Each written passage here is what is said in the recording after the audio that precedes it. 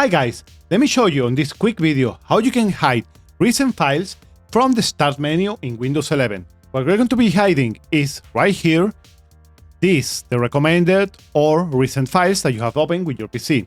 And let me show you how it's done. You want to right click into the Start button. From there you want to go into the Settings menu.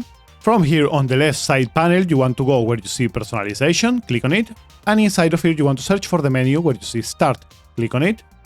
And right here, show recently opened items in Start Young List and File Explorer. You want to turn this off right here. Now you can even change this to have more pins, to have more recommendations, but this is what we disabled already. So I would recommend you guys to leave it into default or to set into more pins. Now you can also disable, if you wish to, the show recently added apps. And you want to make it right here. Now when you click into the Start menu, you are not going to see that it's not so many things anymore. It's only the recently added apps that I have made into my system.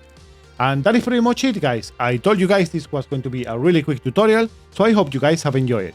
Thanks for watching. If you enjoyed the video, don't forget to drop a like, and a subscriber is more than welcome. See you guys on the next time. Bye bye.